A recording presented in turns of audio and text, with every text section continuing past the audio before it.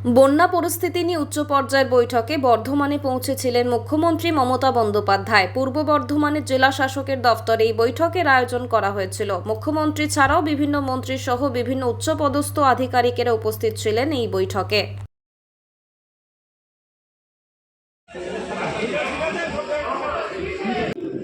কেউ তার নিজের বাসস্থান ছাড়তে চায় না, কিন্তু একটা মানুষের জীবন চলে গেলে জীবন ফিরে আসে না।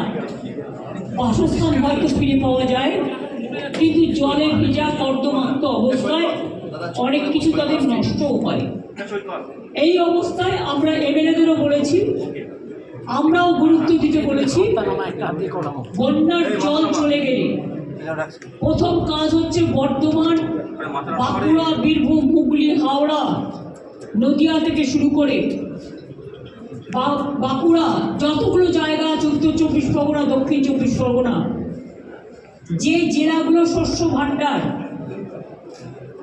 যাদের শস্য নষ্ট হয়েছে, যাদের জলে ধানের জমি প্লাবিত হয়েছে, তাদের জমিগুলোকে মেপে তারা যাতে শস্য বীমার টাকা পায়, চাষি ভাইদের বোনেদের আমি চিন্তা করতে বারণ করব।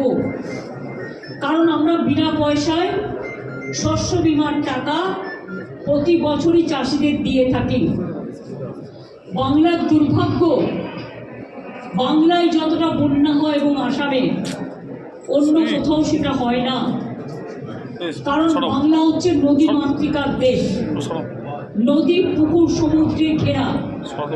ফলে আমাদের বাংলার অবস্থানটা ঠিক নৌকার মতো, প্রচণ্ড জল জমে যায় একটুতেই। আর ঝাড়খণ্ডে বৃষ্টি হলে আমাদের চিন্তা হয়, জলটা ছেড়ে দেয় নিজেদের বাঁচাতে টোটাল বাংলার ওপরে। ফরাক্কায় যখন জল প্লাবিত হয়, দীর্ঘদিন ড্রেজিং না করার ফলে জলটা ছেড়ে দেয়, গঙ্গার ইরোশনের ফলেও মালদা, মুর্শিদাবাদ যখন প্লাবিত হয়, বিহারেরও কিছুটা অংশ প্লাবিত হয়, কিন্তু বিহার তখন বাঁধ কেটে দিয়ে জলটা বাংলায় ঢুকিয়ে দেয়। Ganga action plan, ফ্ল্যাড control, DBC, তিনটেই কেন্দ্রীয় সরকারের আমলে, মানে অন্তরে মানুষের ঘর ডুবে যাচ্ছে, কৃষিক্ষেত্র ডুবে যাচ্ছে, শস্য ক্ষেত্রে ডুবে যাচ্ছে। ইলেকশনে যে টাকাটা আমরা খরচ করি, আমি সব রাজনৈতিক দলকে বলবো, বড় বড় বিল্ডিং বানিয়ে, নিজেদের মূর্তি বানিয়ে যে টাকাটা আপনারা খরচ করেন, দয়া করে কেন্দ্রীয় সরকার তার 1/4 যদি আমরা পাই, আমরা Ganga action plan, flood control সিচুয়েশনটা আরো ভালো করে করতে পারি। আমাদের সরকার আগে তো কেউ খবরই রাখতো না, এখন তো আমরা মনিটরিং করি 24/7। সব ছুটি বাতিল করা হয়েছে, কারণ একটাই,